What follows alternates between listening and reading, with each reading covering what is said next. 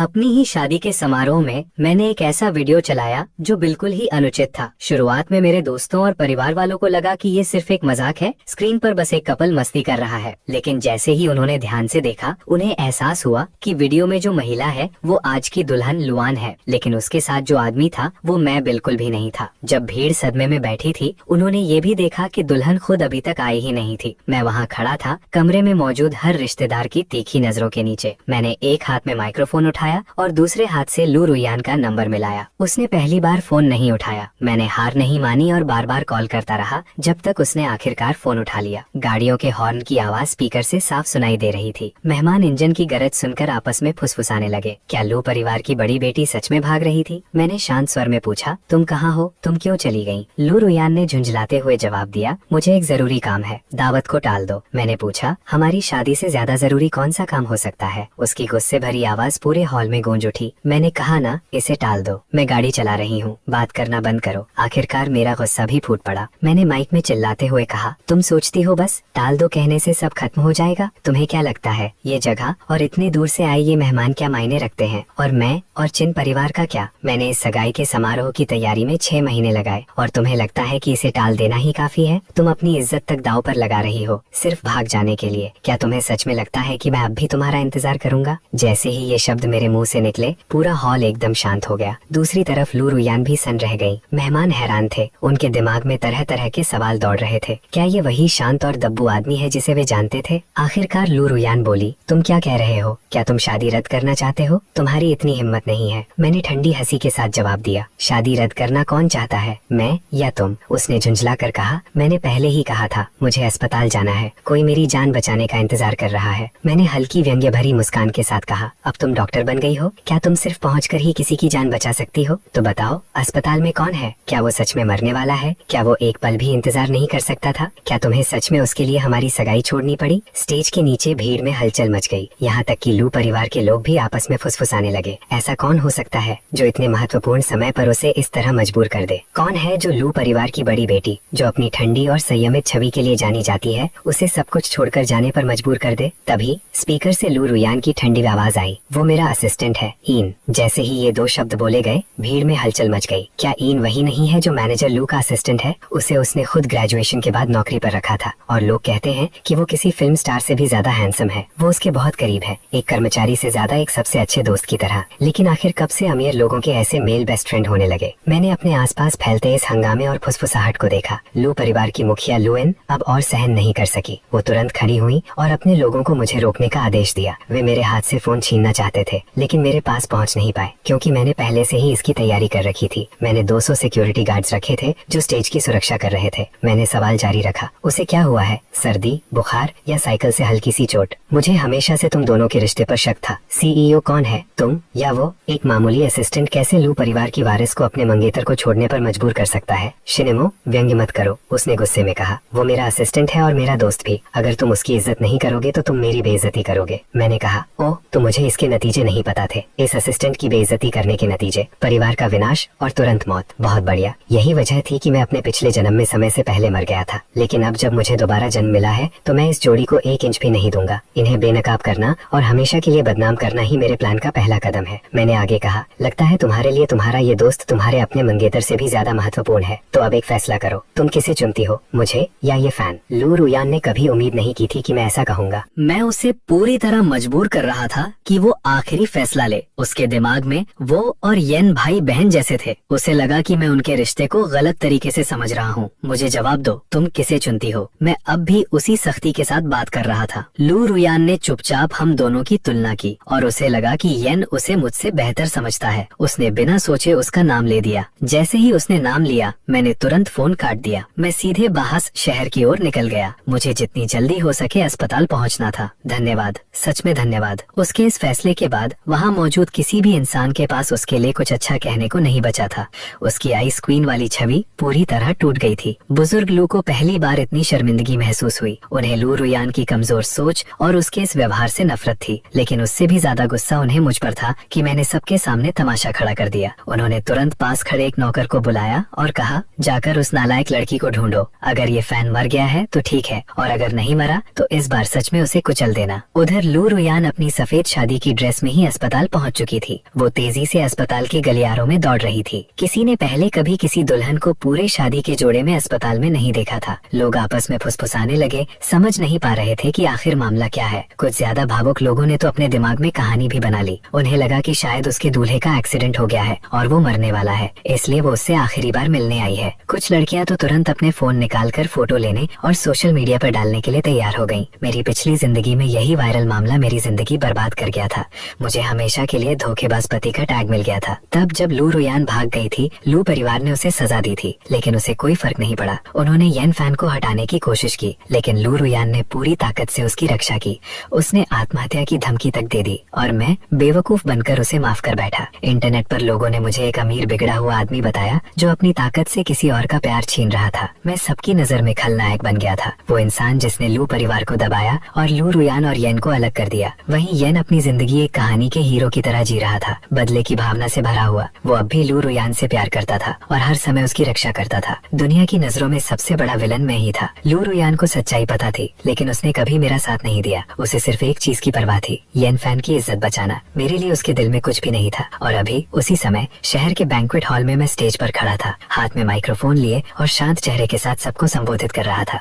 चूँकि लू परिवार की बड़ी बेटी अपना फैसला ले चुकी है, अब मैं वही करूंगा जो सही है। लुई को अंदाजा नहीं था कि मैं आगे क्या कहने वाला हूँ, लेकिन उसे एक अजीब सी बेचैनी महसूस हुई और वो मुझे रोकना चाहती थी। वो जल्दी जल्दी मेरी ओर बढ़ी और स्टेज के सामने आकर मुझे समझाने लगी। उसने कहा, चिन्मो, अगर कोई समस्या है तो हमें परिवार की तरह बंद कमरे में बात करनी चाहिए। रुयान अभी जवान है, उससे गलती हो गई, हम उसे समझा लेंगे और सब ठीक कर देंगे। अब नीचे आओ और मुझे माइक्रोफोन दे दो।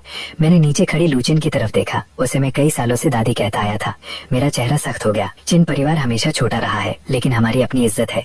मेरे जन्म से पहले ही मेरे दादा दादी इस दुनिया से चले गए थे। वे एक एक करके इस दुनिया से चले गए। फिर जब मैं अभी हाई स्कूल में ही था, मेरे माता पिता भी एक अचानक हादसे में मारे गए। कभी गर्व से भरा हुआ चिन परिवार कमजोर पड़ गया। आखिर में मेरे खानदान में सिर्फ मैं ही अकेला बचा। लू परिवार कहता था कि उन्होंने मुझे सहारा और अपनापन दिया, लेकिन उनकी इस दया के पीछे हमेशा एक छिपा हुआ मकसद था। ओल्ड लेडी लू का असली इरादा चिन परिवार की सारी संपत्ति पर कब्जा करना था। अब जब मुझे दोबारा जीवन मिला है तो मैं इतिहास को दोहराने नहीं दूंगा। मैंने कहा, ओल्ड लेडी लू, आपका नाम लू है और मेरा चिन। आपको ये हक किसने दिया कि आप हमें एक ही परिवार समझें? क्या आपको सच में लगता है कि हम एक हैं? क्या आप सच में हमें परिवार मानती हैं? जब आपकी पोती ने अपना फैसला कर लिया है तो आपका दामाद मैं नहीं बल्कि ये फैन है। अभी मैं उससे चिन परिवार की मुखिया के तौर पर बात कर रहा हूँ और उसकी चालें अब मेरे सामने बेनकाब हो रही हैं। आपका भावनाओं का सहारा लेने वाला खेल अब खत्म हो चुका है। लू चिन ने ऊपर मेरी ओर देखा। उसकी आंखों में लाचारी साफ दिख रही थी। मैंने फिर से दर्शकों की तरफ मुड़कर नकली अफसोस जताते हुए कहा, मुझे माफ कीजिए आप सभी का कि मैंने आपको अपने इस सगाई समारोह में बुलाया और आपका समय बर्बाद किया, लेकिन ये सब एक नाटक बनकर रह गया। जैसा कि मैंने पहले कहा, मैं वो इंसान हूँ जो सही काम करने में विश्वास रखता है। लू परिवार की बड़ी बेटी पहले से ही किसी और से प्यार करती है, तो मैं उसका प्यार कैसे छीन सकता हूँ? आज से मैं लू रुयान के साथ अपनी सगाई खत्म करता हूँ। जैसे ही मैंने ये कहा, मेरे होने वाले ससुर लुई ने हिम्मत जुटाकर स्टेज पर चढ़ाए। उन्होंने जोर से कहा, मैं इससे सहमत नहीं हूँ, मैं इसका कड़ा विरोध करता हूँ। चिन्मो, तुम्हें ये फैसला लेने का कोई हक नहीं है। मैंने उसकी ओर देखकर शांत स्वर में पूछा, आपके पास असहमति जताने की क्या वजह है? आपकी बेटी खुद अपना फैसला लेकर अपने सच्चे प्यार के पास चली गई है। अब आप चाहते क्या हैं? क्या मैं किसी को भेजकर उसे जबरदस्ती उठवा लाऊं और कैद कर लूं? जिन परिवार ऐसे गैर कानूनी और गलत काम नहीं करता, मेरी परवरिश इसकी इजाजत नहीं देती। मेरे हर शब्द लू परिवार के लिए एक जोरदार तमाचा थे। मैं सबको ये दिखा रहा था कि उनके पास ना तो संस्कार है और ना ही उनकी बेटी में कोई शर्म बची है। लुइनी का चेहरा शर्म से लाल हो गया। वो हकलाते हुए बोला, रुयान को अपने फैसले के नतीजे समझ नहीं आए। अगर उसे पता होता कि सगाई टूट जाएगी तो वो वापस आ जाती। कृपया उसे एक और मौका दे दो। मैंने उसकी हालत देखी और तिरस्कार भरी नजरों से धीरे से सिर हिला दिया। सर, आपको कैसे पता कि मैंने उसे मौका नहीं दिया? उसने खुद ही उस रिश्ते को खत्म कर दिया है। क्या आप वो वीडियो भूल गए जो हमने समारोह शुरू होने से पहले देखा था? आपकी बेटी और येन पहले ही अपनी हदें पार कर चुके हैं। अब आपके विरोध का कोई मतलब नहीं है। आपका नया दामाद अभी अस्पताल में है, बेहतर होगा आप उसी की चिंता करें। और हाँ,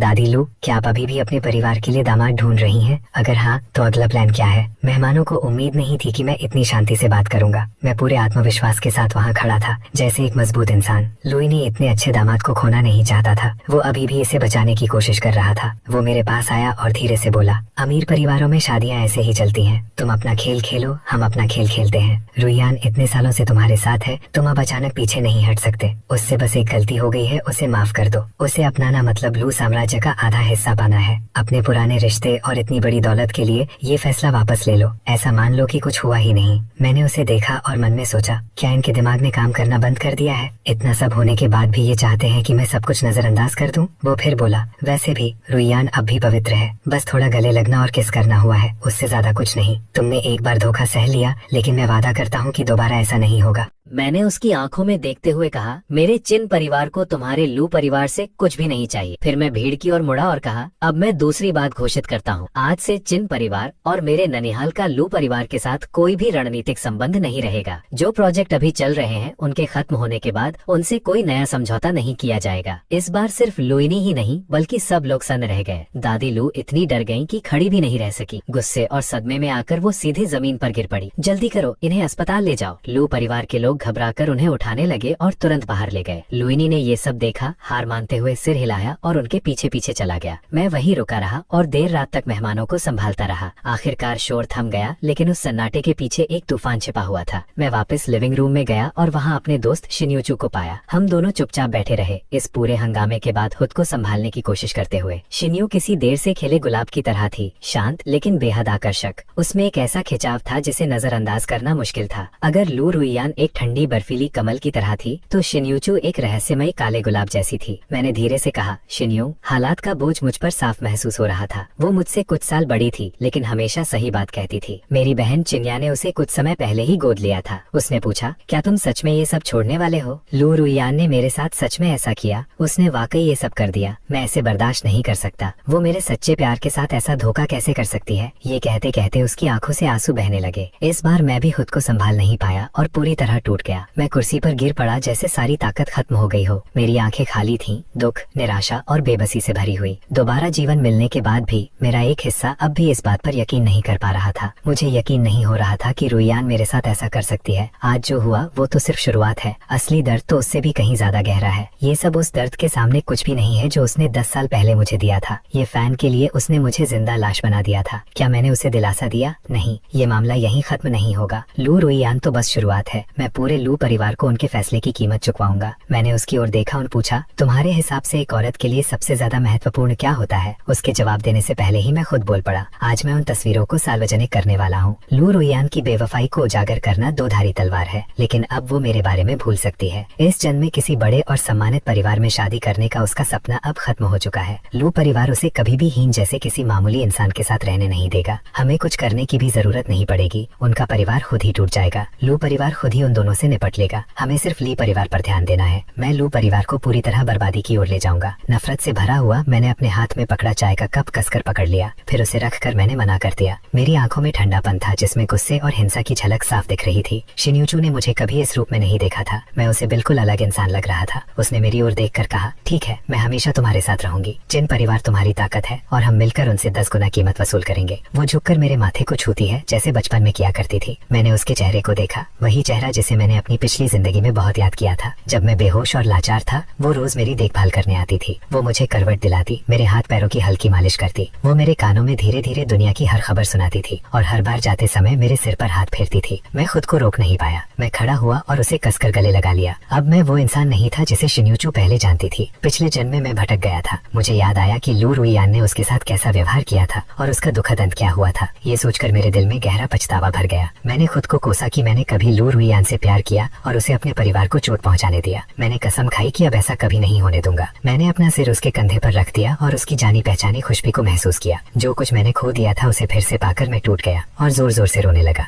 अचानक गले लगाने से वो थोड़ी सख्त हो गई, क्योंकि कई सालों बाद हम इतने करीब आए थे। यूचू ने तो मुझे लगभग पाला ही था। मैं हर जगह उसके पीछे पीछे घूमता था, जब तक कि मैं बड़ा नहीं हो गया और लू रुईयान से नहीं मिला। उसी औरत की वजह से मैंने शिन्यूचू से दूरी बना ली और उससे दूर रहने लगा। वो मुझे रोते हुए सुन रही थी और शायद उसे लगा कि मैं अब भी लू रुईयान के साथ अपने रिश्ते के लिए दुखी हूँ। उसने हल्की सी आह भरी और पुराने दिनों की तरह मेरे गले के पीछे हाथ फेरकर मुझे शांत करने लगी, जैसे अपने रोने वाले छोटे भाई को संभालती थी। जैसे जैसे मैं अपने दिल का सारा दर्द बाहर निकाल रहा था, मुझे अंदर से एक नई ताकत और ऊर्जा महसूस होने लगी। मैंने कहा, दीदी अब आप आराम कर लो, कल हमें कंपनी में बहुत काम संभालना है। इतना कहकर मैं दरवाजे की ओर बढ़ा, लेकिन उसने मुझे रोक लिया। उसने पूछा, इतनी रात को कहाँ जा रहे हो? मैंने जवाब दिया, मैं वापस शादी वाले घर जा रहा हूँ। मुझे कुछ चीजें वापस लेनी है। वो मेरे माता पिता की निशानी है और मैं उन्हें लू रुईयान के पास नहीं छोड़ सकता। जब उसे समझ आया कि मैं लू रुयान से माफी मांगने नहीं जा रहा हूँ, तो उसने कुछ और नहीं कहा। उसने बस इतना कहा कि चिन परिवार का कोई आदमी मुझे वहाँ छोड़ आए। मेरे जाने के बाद शिन यूचू उस शांत कमरे में अकेली खड़ी रही। उसने ठंडी आवाज में सोचा, लू परिवार, अब हिसाब बराबर करने का समय आ गया है। शिन यूचू सिर्फ खूबसूरत ही नहीं थी, सिर्फ 22 साल की उम्र में चिन परिवार को संभाल पाना ही उसकी काबिलियत दिखाता था। उसने पूरे परिवार और बिजनेस को मजबूती से टिकाए रखा, यही उसकी असली ताकत थी। मेरे पिछले जन्म में उसकी खुशियाँ मैंने खुद बर्बाद की थी। मैं अपनी गलत इच्छाओं में बह गया और परिवार में उसकी ताकत छीन ली, वरना कैसे लू परिवार हमारे पूरे बिजनेस पर कब्जा कर पाता, और कैसे मैं लू रुयान को शिन यूचू को इतनी दुखद मौत की ओर धकेलने देता। ताई पवेलियन एक लग्जरी विला प्रोजेक्ट था जिसे लू परिवार ने बनाया था। मेरी और लू रुयान की शादी का घर भी वहीं था और मैं सीधे अंदर चला गया। इन कमरों को देखकर, जो एक साथ जाने पहचाने भी थे और अजनबी भी, मेरे अंदर उदासी की लहर दौड़ गई। असल में मैंने सोचा था कि शादी के बाद हम मेरे पिता के पुराने घर में रहेंगे। मैं चाहता था कि हम चिन परिवार के पुश्तैनी घर में रहें, लेकिन लू रुयान ने मना कर दिया। उसने कहा कि उसे उस पुराने घर की सजावट बिल्कुल पसंद नहीं है। इसी बीच लू परिवार का नया प्रोजेक्ट भी तैयार हो चुका था। उसने जिद की कि मैं 50 मिलियन में विला नंबर 1 खरीदूं, जो उस प्रोजेक्ट का सबसे खास घर था। असल में मेरी मदद और निवेश की वजह से ही ये प्रोजेक्ट सफल हो पाया था। मेरे शामिल होने से पहले ये पूरा प्रोजेक्ट बुरी तरह असफल हो रहा था, लेकिन मेरे आने के बाद सब कुछ बदल गया और मेरे हाई सोसाइटी दोस्तों ने भी यहाँ घर खरीदना शुरू कर दिया। एक के बाद एक सबने यहाँ प्रॉपर्टी खरीदी। आखिर कौन नहीं चाहता था कि वो चिन परिवार के करीब रहे। इसके बाद मैंने घर की सजावट पर भी 50 मिलियन खर्च किए। हर एक चीज लू रुयान की पसंद के हिसाब से तैयार करवाई गई। मैंने आधा साल खुद इस काम की निगरानी की। मैं हमेशा सोचता था यही वो जगह है जहाँ हम अपनी पूरी जिंदगी बिताएंगे, इसीलिए ये बिल्कुल परफेक्ट होनी चाहिए। लेकिन आखिर में ये सब येन के ही काम आया। जब मैं लकवाग्रस्त होकर एक तरह से जिंदा लाश बन गया था, तब लू रुयान ने मुझे पुराने पुश्तैनी घर में छोड़ दिया। फिर उसने ये पूरा घर येन को दे दिया। मेरी मेहनत और पैसे से बना हुआ मेरा शादी का घर उनका प्यार जताने की जगह बन गया। कितनी बार वे दोनों वहीं साथ रहे होंगे, उसी बिस्तर पर जो मेरी शादी के लिए था। यही वो आखिरी बात थी जिसने शिन यूचू को पूरी तरह तोड़ दिया। वो कुछ लोगों को लेकर उस घर पर पहुंची और दरवाजा तोड़कर अंदर घुसी ताकि येन फैन को अपाहिज बना दे, लेकिन उसी घटना ने उसकी अपनी जान ले ली। ये सब सोचकर मेरा दिल जैसे टुकड़े टुकड़े हो जाता है। मेरे गले में खून भर आता है और फिर चमकता लाल खून सफेद कालीन पर गिरता है, जो बहुत डरावना लग रहा था। मैं अपने दुख के बोझ से वहीं जमीन पर गिर पड़ा। उधर शिंजिन सेंट्रल अस्पताल में लू रुयान को इस सब का जरा भी अंदाजा नहीं था। वो पूरे शहर में होने वाले एक बड़े विवाद का केंद्र बनने वाली थी। इस समय वो बस येन के अस्पताल के बिस्तर के पास बैठी थी। उसने उसका हाथ कसकर पकड़ा हुआ था। चेहरे पर चिंता साफ दिख रही थी और वो उसके पीले पड़े चेहरे को देख रही थी जो बेहोश पड़ा था। वो बहुत परेशान थी, लेकिन सौभाग्य से येन को ज्यादा चोट नहीं आई थी। उसे बस कुछ हल्की खरोंचे आई थी, अंदरूनी चोट नहीं थी, लेकिन टक्कर की वजह से वो बेहोश हो गया था। लू रुयान 2 घंटे से ज्यादा समय तक बिना हिले डुले उसके पास बैठी रही। उसे ये बिल्कुल भी नहीं पता था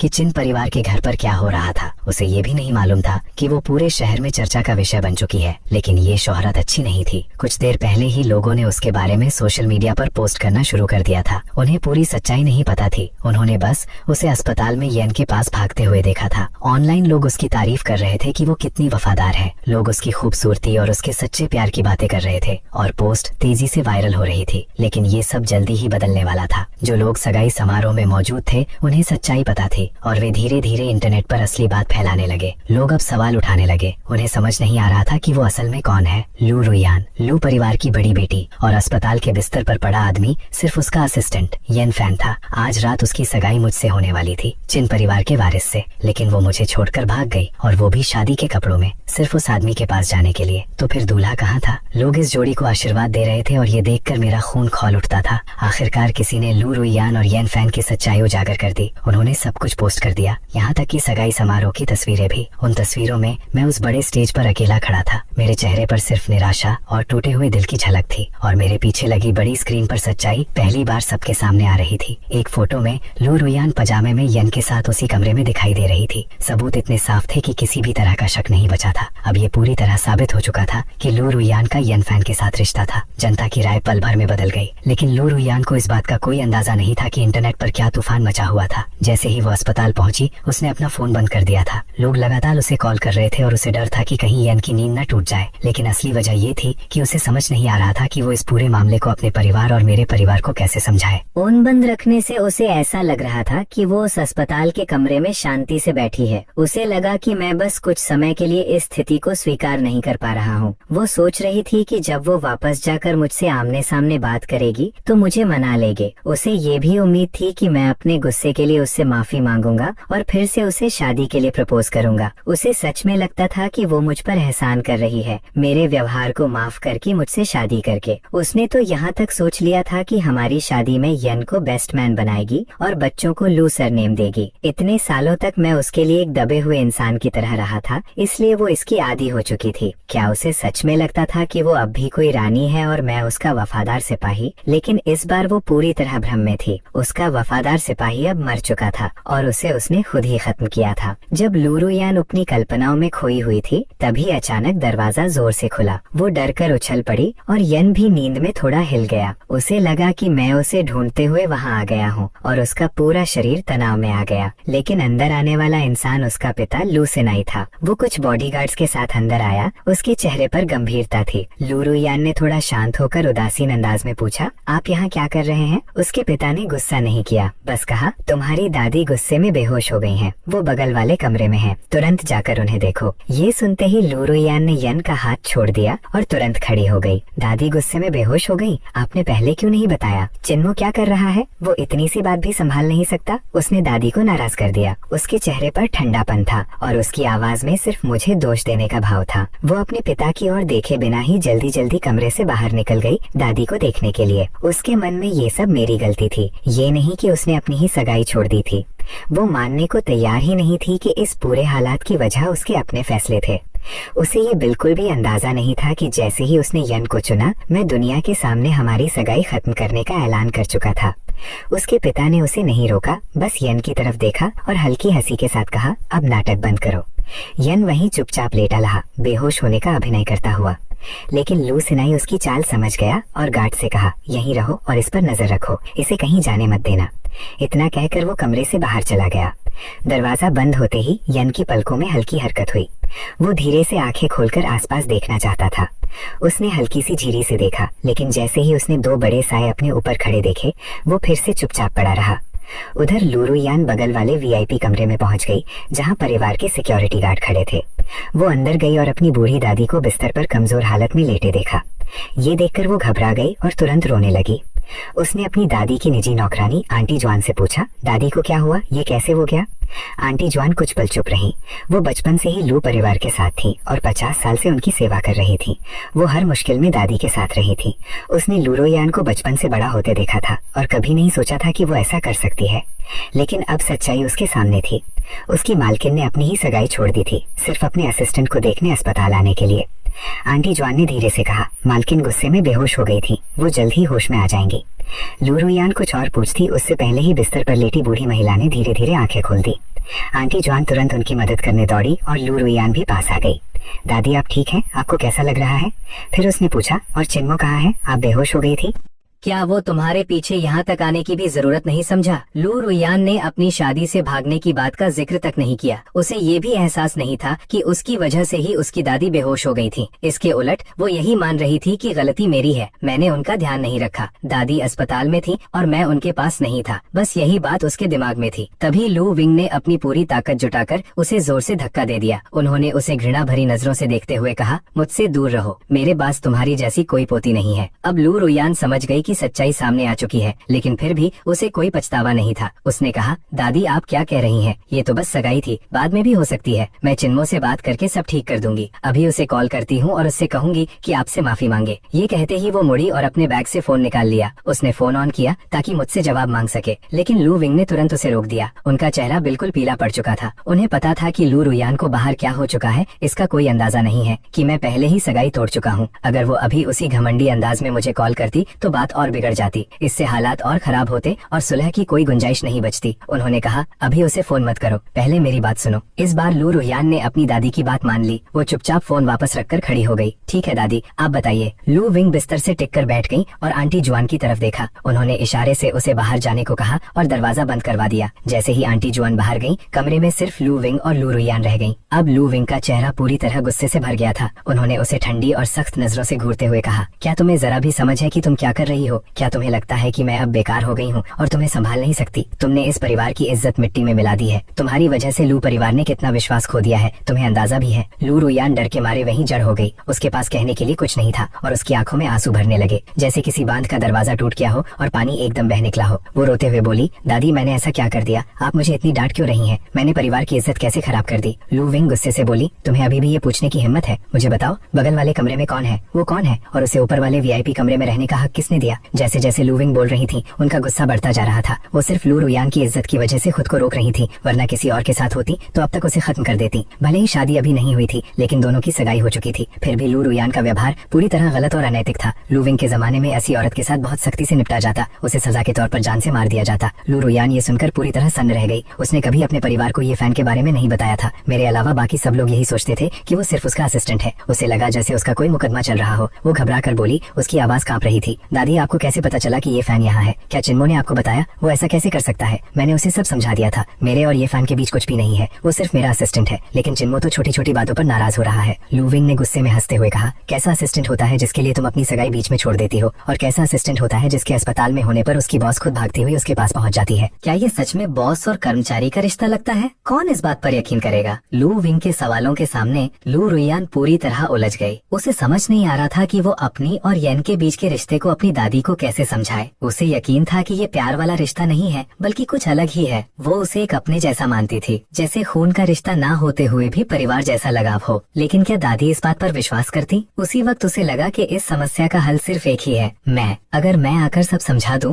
तो दादी को मानना ही पड़ेगा। उसने तुरंत मुझे फिर से कॉल करने की कोशिश की ताकि मैं वहाँ आ जाऊँ। इस बार लू विंग ने उसे रोका नहीं। उन्होंने बस उसे ठंडे भाव से देखते हुए कहा, अंदाजे लगाना बंद करो, वो तुम्हारा फोन नहीं उठाएगा। लू रुयान को उनकी बात पर विश्वास नहीं हुआ, लेकिन जब उसने कॉल किया तो मैंने फोन नहीं उठाया। पहले ऐसा कभी नहीं हुआ था। जब भी वो मुझे कॉल करती मैं 3 सेकंड के अंदर फोन उठा लेता था, लेकिन आज उसने लगातार 3 बार कॉल किया और हर बार सिर्फ खामोशी मिली। लू विंग ने कहा, मैं तुम्हें सच्चाई बताती हूँ। उन्होंने गहरी सांस ली और सब कुछ बताने का फैसला किया। उन्होंने विस्तार से बताया कि उसके जाने के बाद क्या क्या हुआ, कैसे मैंने उसे कॉल किया और पूरे मामले का वीडियो तक रिकॉर्ड करवाया, कैसे मैंने लू रुयान को उसी समय फैसला लेने पर मजबूर कर दिया और आखिर में मैंने सबके सामने हमारी सगाई खत्म करने का ऐलान कर दिया। उन्होंने सिर्फ एक बात छुपाई, लू रुयान और येन फैन की तस्वीरें। उनके बीच की नजदीकियों के बारे में वो अभी उसे नहीं बताना चाहती थी। ये सब सुनकर लू रुयान पूरी तरह सन्न रह गई। उसे विश्वास ही नहीं हो रहा था कि मैंने सबके सामने रिश्ता खत्म कर दिया। उसके चेहरे पर हैरानी साफ झलक रही थी। वो धीरे से बोली, ये कैसे हो सकता है? वो मुझसे इतना प्यार करता है, वो हमारी सगाई कैसे तोड़ सकता है? नहीं, मुझे अभी उसके पास जाना होगा। मुझे उससे पूछना है कि इसका क्या मतलब है। उसकी हिम्मत कैसे हुई ऐसा करने की? वो मुड़ी और दरवाजे की तरफ बढ़ने लगी। तभी लू विंग ने उसे रोका, वापस आओ, अब उससे मिलने का क्या फायदा? लू विंग ने भारी मन से अपनी पोती की ओर देखा। उन्हें समझ आ गया था कि लू रुयान अब सही और गलत में फर्क करना भी भूल चुकी है। ये सिर्फ परवरिश की कमी नहीं थी, असल वजह ये थी कि अब मैं उसे बिगाड़ना बंद कर चुका था। उन्होंने सख्ती से पूछा, इस बार सच सच बताओ, उस लड़के के साथ तुम्हारा असली रिश्ता क्या है? तुम दोनों के बीच कितनी हद तक बात बढ़ चुकी है? ये सवाल सुनकर लू रुयान ठिठक गई। उसकी आंखों में झिझक और अपराध बोध साफ दिखाई दे रहा था। वो कुछ पल चुप रही, फिर कांपती आवाज में बोली, दादी आप क्या कह रही हैं?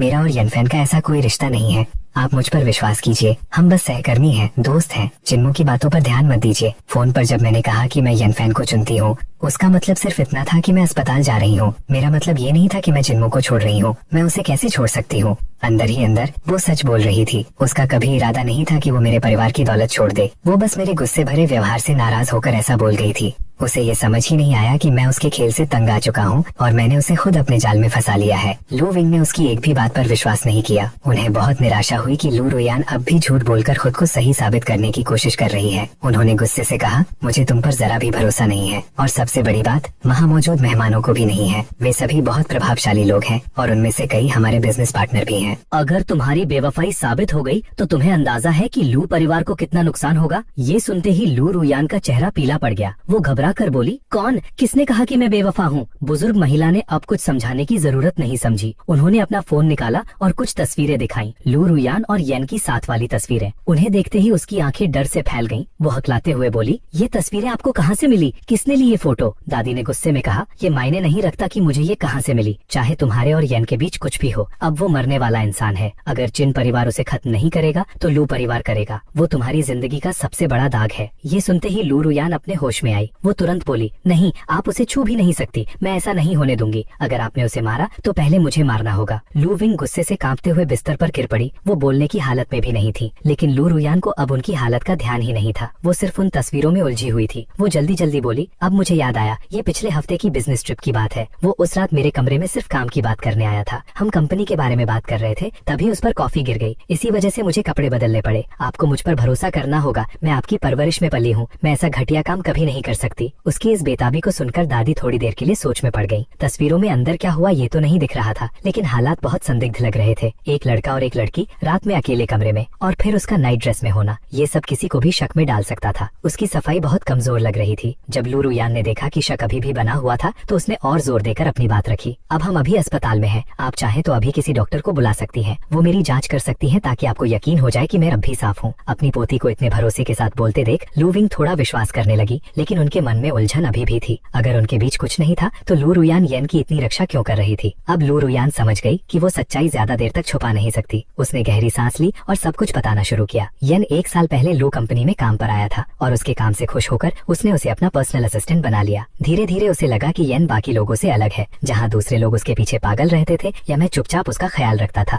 वहीं येन कुछ अलग ही था। लू परिवार में 3 पीढ़ियों से सिर्फ महिलाएं ही थी। उसका कभी कोई छोटा भाई नहीं था और वो हमेशा एक भाई जैसा रिश्ता चाहती थी। येन ने वो खालीपन भर दिया। पिछले 1 साल में लू रुयान उस पर बहुत ज्यादा निर्भर हो गई। वो उसकी हर छोटी बड़ी बात मानने लगी, चाहे वो कितनी भी बेवजह क्यों ना हो। ये सब सुनकर बुजुर्ग महिला का मन किया कि उसे जोर से थप्पड़ मारे। उन्होंने सोचा, छोटा भाई, ऐसा कोई रिश्ता नहीं होता। खून का रिश्ता नहीं, लेकिन इतनी नजदीकियां, कौन इस बात पर विश्वास करेगा? सिर्फ कोई बेवकूफ ही इस पर यकीन करेगा। लेकिन अब मैं पहले जैसा बेवकूफ नहीं रहा था। शायद इसी वजह से मैंने इस पूरे मामले को इतनी ठंडे दिमाग से संभाला। मेरे अंदर बहुत समय से जमा निराशा अब पूरी तरह टूट चुकी थी। हर बार जब मैंने उस पर भरोसा किया, उसने मुझे और दूर धकेल दिया। इसीलिए मैंने सबके सामने सगाई खत्म कर दी। दादी लोग गुस्से में अपना सीना पीटने लगी और जमीन पर पैर पटकने लगी। वो रोते हुए कहने लगी कि उनके पूर्वजों ने ऐसा कौन सा पाप किया था जो उन्हें ऐसी पोती मिली। डांट जारी रही और लू रुयान को लगा कि उसके साथ गलत हो रहा था। तभी अचानक दरवाजे पर जोर जोर से दस्तक हुई। उसके पिता बाहर से बोले कि उनके पास बहुत जरूरी खबर है। दादी ने उन्हें अंदर आने को कहा। वो जल्दी से अंदर आए और उनके हाथ में एक टैबलेट था। उन्होंने स्क्रीन दिखाते हुए बताया कि ये मामला इंटरनेट पर तेजी से फैल रहा है। लोगों की राय पूरी तरह लू परिवार के खिलाफ हो गई है। वो घबराकर बोले, अब हम क्या करें?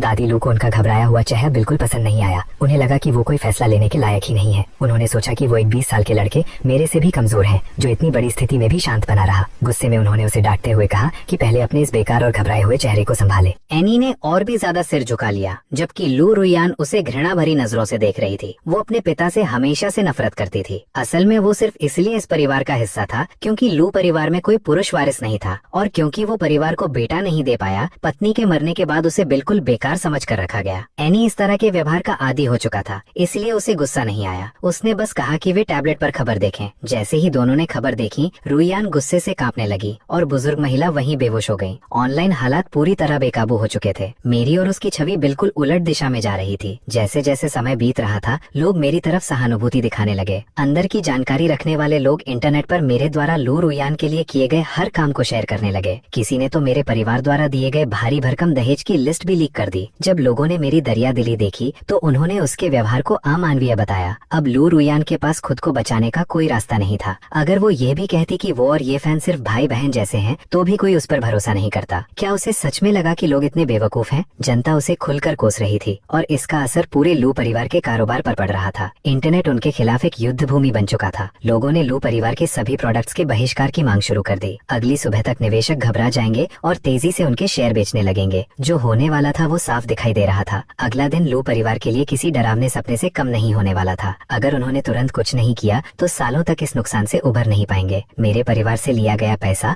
और उनकी बढ़ती हुई संपत्ति पल भर में खत्म हो सकती थी। अब जाकर लू रुयान को अपने किए का नतीजा समझ में आया। वो रोते हुए बोली, दादी अब क्या करें? हमें क्या करना चाहिए? बुजुर्ग महिला गुस्से में बोली, मुझसे क्यों पूछ रही हो? मुझे क्या पता? अब वो अपना गुस्सा रोक नहीं पाई। उन्होंने आगे बढ़कर लू रुयान के गाल पर जोरदार थप्पड़ मार दिया। लू रुयान अपना चेहरा पकड़कर रोने लगी। दादी मुझसे गलती हो गई, मैं मानती हूँ। क्या चिन्मो सच में हमें छोड़ चुका है? मैं सगाई तोड़ना नहीं चाहती। मैं उससे प्यार करती हूँ। मैंने उसे धोखा नहीं दिया। मेरा कोई अफेयर नहीं है। अब वो पहले जैसी ठंडी और घमंडी लड़की नहीं रही थी। जो लड़की कभी सबको बर्फ की देवी लगती थी, वो अब अब बिल्कुल टूट चुकी थी। अब वो बस एक छोड़े हुए पालतू जानवर जैसी लग रही थी। बुजुर्ग महिला ने तंज कसते हुए कहा, अब समझ में आया कि तुम गलत थी, लेकिन अब बहुत देर हो चुकी है। अगर खेल खेलना था तो कम से कम समझदारी से खेलती। दूसरे आदमी को साथ रखते हुए इतना दिखावा करने की क्या जरूरत थी? तुमने अपनी इज्जत तो बर्बाद की ही, साथ में पूरे लू परिवार को भी डुबो दिया। कमेंट्स देखकर अब दादी भी भाई बहन वाली बात पर विश्वास नहीं कर पा रही थी। सच्चाई समझते ही उनकी आंखों में आंसू आ गए। उन्हें साफ दिख रहा था कि उनका सालों पुराना पारिवारिक नाम अब मिट्टी में मिल रहा है। वो लू रुयान से नफरत करने लगी, लेकिन मुझसे और भी ज्यादा नफरत करने लगी, क्योंकि मैंने इस मामले को इतना बड़ा बना दिया था। उनके हिसाब से सिर्फ सगाई तोड़ना काफी था। मुझे इसे पूरे शहर में मुद्दा नहीं बनाना चाहिए था। अगर उन्हें पता चल जाता कि ये सब मेरे ही इशारे पर हो रहा है तो शायद वो गुस्से से खून उगल देती। एनी ने खड़े होकर पूछा, माँ अब हमें क्या करना चाहिए? फिर थोड़ी देर रुककर बोला, हमें तुरंत 2 काम करने होंगे। पहला, ऑनलाइन फैली खबर को कंट्रोल करना होगा, अपने लोगों से कहकर इसे दबाना होगा। दूसरा, जिन्मो को मजबूर करना होगा कि वो प्रेस कॉन्फ्रेंस करे। उसे आगे आकर सारा दोष अपने ऊपर लेना होगा। लू रुयान और लू विंग एक दूसरे को बेबसी से देखने लगी। क्या करना है ये समझना आसान था, लेकिन उसे करना बेहद मुश्किल था, खासकर मुझे दोषी ठहराना। लू रुयान को तो कोई वजह भी नहीं मिल रही थी कि मुझे गलत ठहराया जाए। जब एनी ये योजना बता रहा था तो लू परिवार की महिलाएं हैरान रह गईं। जिस आदमी को वे हमेशा कमजोर और बेकार समझती थी, वही आज इतना बड़ा प्लान बना रहा था। जो दामाद उन्हें निकम्मा लगता था, वही अब उनकी आखिरी उम्मीद बन गया था। अभी कुछ देर पहले तक दादी उसे कमजोर कह रही थी, लेकिन अब वही बात उल्टी पड़ गई। पहला कदम आसान था। लू परिवार के पास खुद की एंटरटेनमेंट कंपनी थी और वे आसानी से कोई नया स्कैंडल खड़ा कर सकते थे। किसी बड़े सेलिब्रिटी के अफेयर की खबर फैलाकर लोगों का ध्यान तुरंत भटकाया जा सकता था।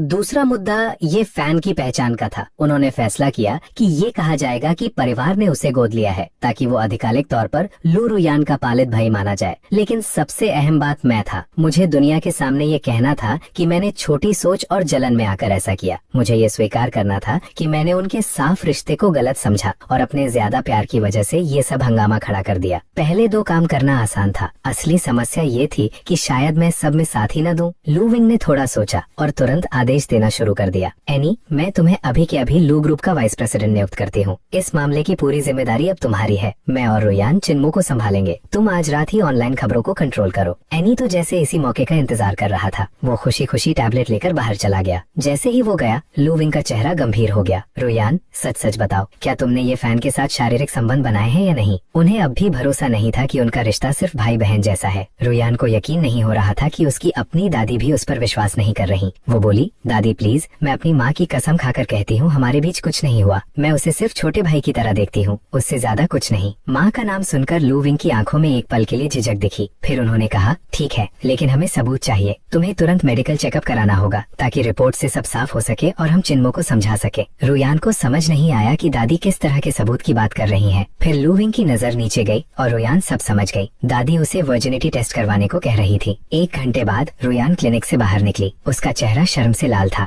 वो मेडिकल रिपोर्ट को कसकर पकड़े हुए सीधे पुराने चिन परिवार के घर की ओर चल पड़ी। रास्ते भर उसने मुझे कई बार कॉल किया, लेकिन मैंने फोन नहीं उठाया। उसे समझ नहीं आ रहा था कि मैं गुस्से में हूँ या सो रहा हूँ, लेकिन सच इससे भी ज्यादा गहरा था। उधर जैसे ही वो वहाँ पहुँचने वाली थी, मैं अपनी बेहोशी से जागा। खून की उल्टी करना ऐसा लग रहा था जैसे मैं अपने अतीत को अलविदा कह रहा हूँ। मैंने धीरे से कहा, लू रुयान, मैंने आखिरकार तुम्हें अपने दिल से निकाल दिया। उस खून के निकलने के बाद ऐसा लगा जैसे मेरे अंदर की सारी गर्माहट खत्म हो गई हो। मेरा दिल हल्का लगने लगा, जैसे मेरा सारा प्यार उसी खून के साथ बह गया हो। जो बोझ मेरी आत्मा को दबा रहा था वो अब खत्म हो चुका था। मैंने अपने फोन की स्क्रीन देखी, फिर पूरे घर पर नजर डाली और धीरे से कहा, अब विदा लेने का वक्त आ गया है। मैंने शराब की अलमारी से रेड वाइन की बोतल उठाई। गिलास लेने की जरूरत भी नहीं समझी, सीधे बोतल से ही लंबा घोट लिया। अचानक मैंने बोतल को हमारी शादी की फोटो पर दे मारा। कांच टूट गया और फोटो लाल रंग में भीग गई। मैंने बिना रुके दूसरी बोतल खोल ली। कुछ और पीने के बाद मैं बेडरूम की तरफ बढ़ा। मैंने लू रुयान की खास बनाई गई शादी की ड्रेस उतारी। उस पर शराब डालने के बजाय मैंने लाइटर निकाला और आग जला दी। ये ड्रेस बनाने में पूरे 6 महीने लगे थे और इसमें कीमती रत्न जड़े हुए थे। मैं उसे जलते हुए देखता रहा और सोचता रहा कि मैंने उसे परफेक्ट शादी देने के लिए कितनी मेहनत की थी। मैं तो खुद यूरोप तक गया था उस शादी की ड्रेस को लेने के लिए। वो एक मास्टर टेलर द्वारा खास तौर पर बनाई गई थी, लेकिन अब उस ड्रेस की कोई जरूरत नहीं रही। मैंने हमारी साथ वाली तस्वीरों के फ्रेम भी उठा लिए और उन्हें भी आग में फेंक दिया, बस उन्हें जलते हुए देखने के लिए। आग की तेज रोशनी देखकर दरवाजे पर खड़े चुन परिवार के बॉडीगार्ड सतर्क हो गए। वे अंदर आने की हिम्मत नहीं कर पाए, इसलिए बाहर से ही चिल्लाकर पूछने लगे, यंग मास्टर आप ठीक हैं? क्या हमें अंदर आना चाहिए? मैंने ठंडे स्वर में आदेश दिया, मेरी सारी चीजें पैक करो और इस जगह को पूरी तरह तोड़ दो। पिछली जिंदगी में मुझे ये दुल्हन वाला कमरा बेहद नफरत भरा लगता था। यही वो जगह थी जहाँ लूरियान ने मुझे बर्बाद कर दिया था। यहीं उसने मुझे एक बेबस हालत में छोड़ दिया था और वही कमरा उसके और येन के लिए छेलने की जगह बन गया था। मैंने उस कमरे की तरफ दोबारा मुड़कर भी नहीं देखा, बस बोतल से सीधे शराब पीते हुए आगे बढ़ता गया और सब कुछ पीछे छोड़ दिया। मैं नशे में था और मेरे पास जाने के लिए कोई ठिकाना नहीं था। मेरे पास हर जगह प्रॉपर्टी थी, लेकिन कहीं भी घर जैसा एहसास नहीं था। वो नया घर अब सिर्फ लूरियान के धोखे की याद बन चुका था और चुन परिवार की हवेली वो जगह थी जहाँ से शिन्यूचू मुझसे छीन ली गई थी। वहाँ रहना मतलब हर पल दर्द सहना था। मैं अकेला सड़कों पर भटकता रहा, जैसे कोई भटका हुआ साया, बिल्कुल अकेला और टूटा हुआ। मुझे खुद पर एक बेघर कुत्ते जैसा एहसास हो रहा था जो रात भर सड़कों पर भटकता रहता है। कुछ देर बाद मैंने अपना फोन निकाला और उसकी सेटिंग्स बदल दी। लड़खड़ाते कदमों और धुंधली नजरों के साथ में आगे बढ़ता रहा। सड़क के किनारे एक 5 स्टार होटल देखा और बिना सोचे समझे मैं सीधे वहीं चला गया। मुझे पैसों की कोई परवाह नहीं थी। मैंने तुरंत प्रेसिडेंशियल स्वीट बुक कर लिया, की कार्ड लिया और अपने अस्थायी ठिकाने की ओर बढ़ गया। मैं अकेला लिफ्ट में दाखिल हुआ और सीधे 66वीं मंजिल सबसे ऊपर जाने लगा, लेकिन 50वीं मंजिल पर लिफ्ट अचानक रुक गई। दरवाजा खुला और एक बिखरे हुए कपड़ों में एक लड़की अंदर आई। उसके कंधे पर एक बड़ा बैग था और वो लगभग भागते हुए लिफ्ट में घुसी। अंदर आते ही उसने घबराकर बटन दबाया, जैसे किसी से बचने की कोशिश कर रही हो। मैंने अपनी धुंधली नजरों से उसे देखने की कोशिश की। वो जवान लग रही थी, शायद हाल ही में कॉलेज से निकली होगी। लंबी कदकाठी, टाइट सफेद ड्रेस में उसकी खूबसूरती किसी से कम नहीं थी, यहाँ तक कि लूरियान को भी टक्कर दे सकती थी। मैंने बस एक नजर डाली और फिर नजरें हटा ली। मेरी हालत पहले ही खराब थी, मुझे सिर्फ आराम चाहिए था, लेकिन वो लड़की मुझसे भी ज्यादा लड़खड़ा रही थी। वो संभल नहीं पा रही थी और अचानक मेरी तरफ झुक गई। मैंने सहेज ही उसे पकड़ लिया। जैसे ही मैंने उसे थामा, उसकी त्वचा छूते ही ऐसा लगा जैसे किसी चिकनी ठंडी जेड पत्थर को छू लिया हो। वो मुझसे लिपट गई, जैसे डूबता हुआ इंसान किसी सहारे को पकड़ ले। उसने धीरे से फुसफुसाया, मुझे बचा लो प्लीज। तभी मुझे एहसास हुआ कि कुछ गड़बड़ है। उसके शरीर का तापमान असामान्य रूप से ज्यादा था। उसके गोरे चेहरे पर लालिमा फैल रही थी। मैं कुछ समझ पाता उससे पहले ही उसने मेरा गला पकड़कर मुझे अपनी ओर खींचा और मेरे होठों पर अपने होठ रख दिए। लिफ्ट का दरवाजा खुला और मैं उसे अपनी बाहों में उठाकर सीधे अपने स्वीट में ले गया। अंदर पहुंचते ही वो और बेचैन हो गई। उसने जल्दी जल्दी अपने और मेरे कपड़े खींचने शुरू कर दिए। कुछ मत बोलो, उसने धीमी आवाज में कहा, बस मेरे साथ रहो। उसने फिर मुझे चुप कराने के लिए चूम लिया। शराब के नशे में मैं खुद को रोक नहीं पाया। मैंने आंखें बंद कर ली और खुद को उस पल में बहने दिया। उधर उसी समय लूरियान जब पुराने चुन परिवार के घर पहुंची तो उसके मुंह पर दरवाजा बंद कर दिया गया। काफी देर तक विनती करने के बाद घर के नौकर ने उसे ठंडे स्वर में सच बताया कि मैं पहले ही पुराने शादी वाले घर जा चुका हूँ। ये सुनते ही वो तुरंत वहाँ भागी। उसे यकीन था कि मैं अब भी उससे प्यार करता हूँ और वहीं उसका इंतजार कर रहा हूँ। लेकिन जब वो वहाँ पहुंची तो मैं वहाँ नहीं था। उसकी जगह उसे मेरे बॉडीगार्ड दिखे, जो बेसबॉल बैट से घर का हर सामान तोड़ रहे थे। हर एक चीज को पूरी तरह नष्ट किया जा रहा था।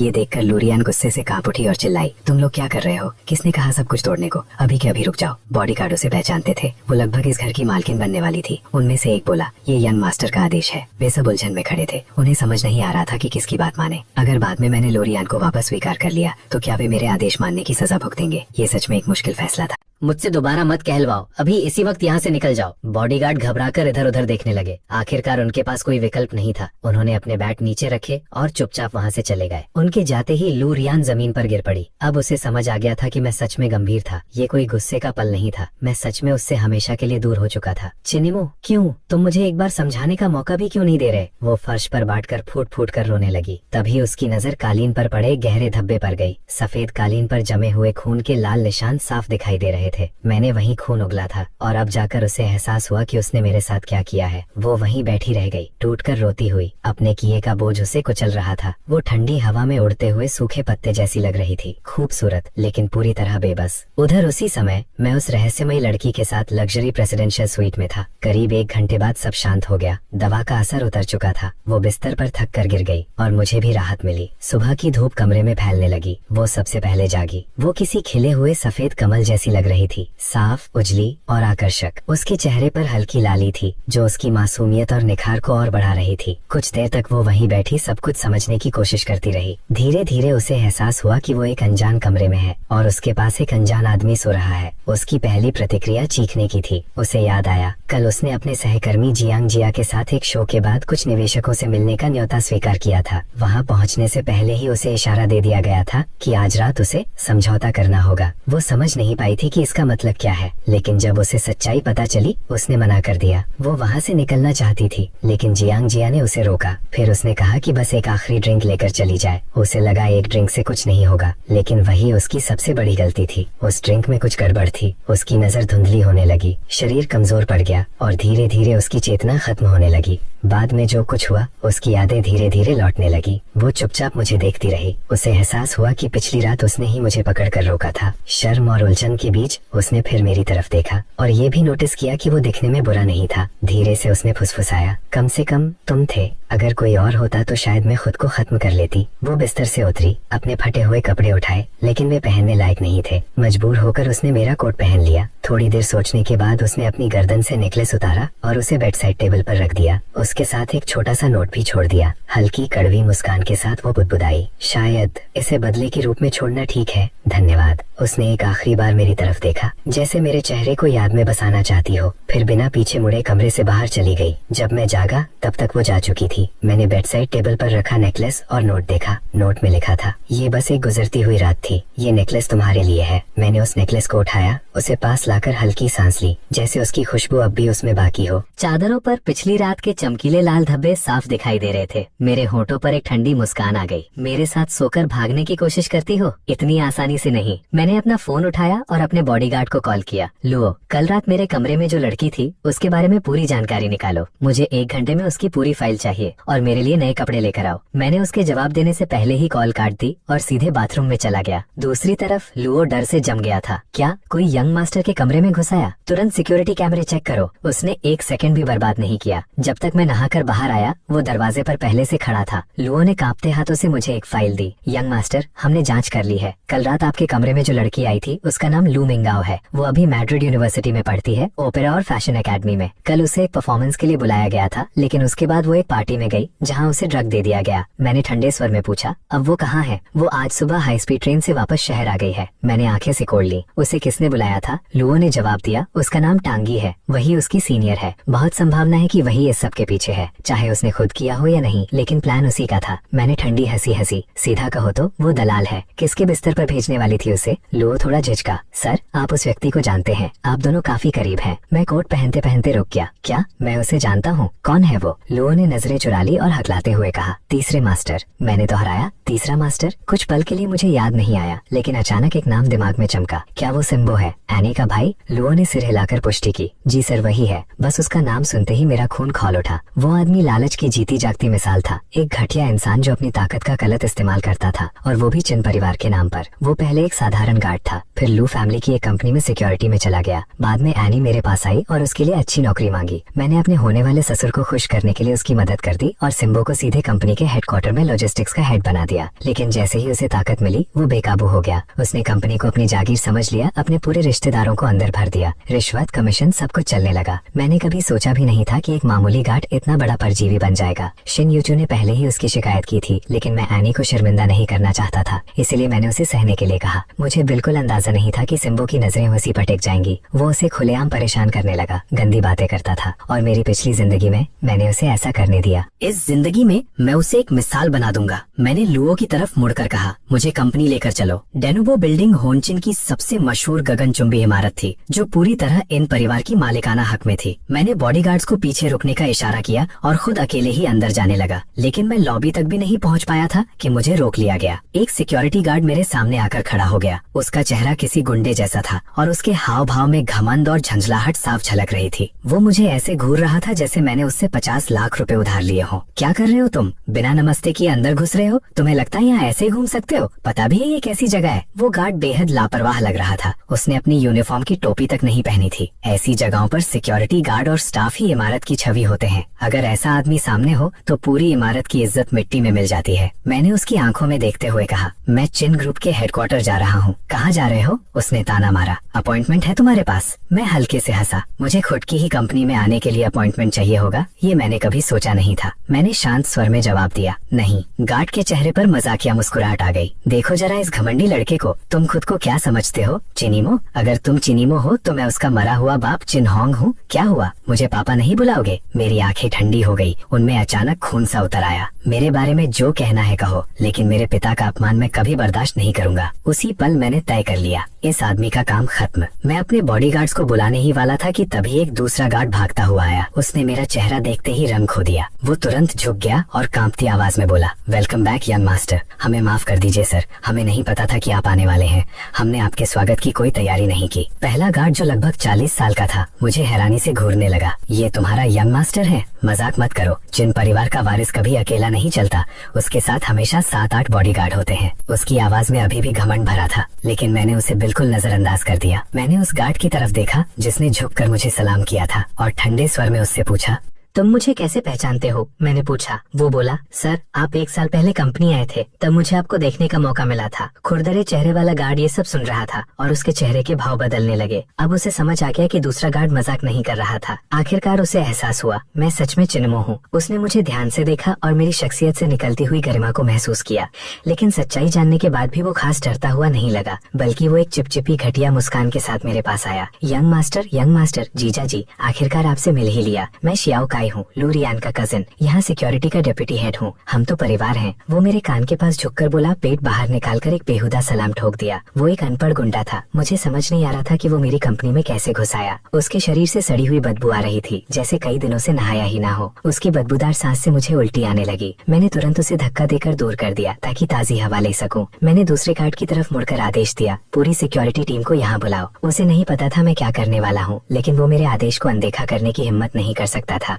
ये देखकर काई थोड़ा घबराने लगा। 2 मिनट बाद सिक्योरिटी गार्ड्स की एक टीम लॉबी में पहुंच गई। कुल 15 लोग लाइन में खड़े हो गए, 2 कतारों में मेरे सामने। मैंने उन्हें ठंडे चेहरे के साथ देखा और पूछा, क्या बस यही सब है? पहला गार्ड हिचकिचाया। उसे समझ नहीं आ रहा था क्या जवाब दे। उसने डरते हुए काई की तरफ देखा। मुझे उम्मीद नहीं थी कि इस गुंडे का सिक्योरिटी टीम पर इतना दबदबा होगा। गार्ड सच बताने से भी डर रहा था। मैं गुस्से में बोला, मैं तुमसे सवाल पूछ रहा हूँ, उसकी तरफ क्यों देख रहे हो? क्या ये कंपनी उसकी है? तुम्हें तनख्वाह कौन देता है? अंदर से मुझे पता था ये सब मेरी ही गलती थी। मैंने ही लोरियान के परिवार को अपनी कंपनी को खेल का मैदान बना लेने दिया था। गार्ड डर गया। मैंने उसे आगे आने का इशारा किया। सच बताओ, आज मैं पूरी सफाई करने वाला हूँ, किसी से मत डरना। मेरी बात सुनकर उसकी आंखों में उम्मीद की चमक आई। यंग मास्टर, मेरी टीम में सारे आर्मी वेटरन्स हैं, लेकिन बाकी 2 टीमें अलग हैं। वो सब लू फैमिली के रिश्तेदार और गुंडे हैं, काई जैसे। वो लोग कोई काम नहीं करते, आदेश नहीं मानते, ज्यादातर समय गार्ड रूम में बैठकर जुआ खेलते रहते हैं। ये सुनकर मेरा गुस्सा उबलने लगा। मैं इन निकम्मों को पैसे दे रहा था खेल खेलने के लिए, और काई का बाप कैप्टन बनकर बैठा था जो खुद कभी ऑफिस तक नहीं आता था। मेरा चेहरा ठंडा और सख्त हो गया। ये जिन फैमिली की कंपनी थी, लेकिन सिक्योरिटी मजाक बन चुकी थी। मैंने गहरी सांस ली, उस ईमानदार गार्ड के कंधे पर हाथ रखा और कहा, तुमने बहुत मेहनत की है, ये सब मेरी गलती है। मैंने गलत लोगों को अंदर आने दिया। एक औरत के लिए मैंने अपने परिवार की नींव तक हिला दी। बूढ़े गार्ड की आंखों में आंसू आ गए। वो 20 साल से जिन परिवार की सेवा कर रहा था, वो कहीं और जा सकता था, लेकिन उसने वफादारी निभाई। यंग मास्टर, अच्छा हुआ आपको समझ आ गया। अभी भी देर नहीं हुई है, आप सब ठीक कर सकते हैं। मुझे उसकी बात समझ आ गई। तभी एक आवाज गूंजी। शुन रोचू अपने असिस्टेंट्स और सेक्रेटरीज के साथ हमारी तरफ आ रही थी। वो मेरे पीछे आकर रुकी और बोली, जिनेमो, तुम यहाँ क्यों खड़े हो? वो एक चमकते सितारे की तरह लग रही थी, शांत, सुसज्जित और आत्मविश्वासी। उसकी आंखें तेज थी, जिनमें चिंता साफ झलक रही थी। आज वो एक प्रोफेशनल बिजनेस सूट में थी, जो उस पर पूरी तरह फिट बैठ रहा था और उसकी मजबूत पर्सनालिटी को और उभार रहा था। उसे इस रूप में देखकर मेरी आंखें भर आईं। मेरी नाक में हल्की जलन हुई, जैसे पिछले पछतावे अचानक उभर आए हों। उसने पूछा, क्या इन गार्ड्स ने तुम्हारे साथ कुछ गलत किया? क्या ये तुम्हें परेशान कर रहे हैं? वो समझ रही थी कि सिक्योरिटी टीम ने मेरे साथ बदतमीजी की है। उसे इन लोगों की असलियत पता थी। अगर मैंने उसे पहले रोका ना होता तो वो इन्हें कब का निकाल चुकी होती। उसकी नजर में मैं हमेशा एक जिद्दी बच्चे जैसा था। मैंने धीरे से कहा, दीदी, मुझसे गलती हो गई। मेरी बेवकूफी की वजह से आपको बहुत परेशानी हुई। वो चौंक गई। उसने ओल्ड माँ की तरफ देखा। ओल्ड माँ ने सिर हिलाकर इशारा किया। मैं सच में बदल गया हूँ। शुन रोचू ने मेरी तरफ देखा। उसकी आंखों में भरोसा था। उसने बिना एक पल गवाई कहा, जिनेमो, तुम मेरे सबसे करीब हो। तुम जो भी फैसला करोगी, तुम्हारी बहन हमेशा तुम्हारे साथ खड़ी रहेगी। उसकी बात सुनकर ऐसा लगा जैसे कोई लहर सीधे मेरे दिल पर आकर टकराई हो। मैं इतना भावुक हो गया कि मेरी आंखों में आंसू आ गए। लेकिन मुझे पता था उसका साथ सिर्फ शब्दों तक सीमित नहीं था। मेरी पिछली जिंदगी में बस एक फोन कॉल पर उसने बिना किसी हिचकिचाहट के पूरी कंपनी मुझे सौंप दी थी। क्या वो सच में मेरी हर बेवकूफी भरे फैसले का भी इतना ही साथ देती थी? जब मैं एक जिंदा लाश बन चुका था, तब भी वही थी जो मेरी हर सांस का ख्याल रखती थी। मैंने मन ही मन कसम खाई, दीदी, मैं पहले तुम्हें बचा नहीं पाया, लेकिन इस बार मैं इन परजीवियों को नहीं छोड़ूंगा। मैं गुस्से से उबलता हुआ सीधे प्रेसिडेंट ऑफिस में चला गया। मैंने उन सभी दस्तावेजों को देखना खाना शुरू किया जो उसने इकट्ठा किए थे। गुस्से में मैंने मेज पर जोर से मुक्का मारा। तब मुझे पता चला शान रोचू कभी भी लापरवाह नहीं थी। वो हर समय उन लोगों पर नजर रखे हुए थी। भले ही वो उन्हें रोक नहीं पाई, लेकिन उसने उनकी हर हरकत रिकॉर्ड की थी। उनके हर गैर कानूनी काम का सबूत था। उन्होंने जितना भी पैसा चुराया था उसका पूरा हिसाब मौजूद था। उसके पास इतना सबूत था कि वो उन सबको बर्बाद कर सकती थी। वो बस उस दिन का इंतजार कर रही थी जब मैं सच्चाई समझूंगा। मेरी पिछली जिंदगी में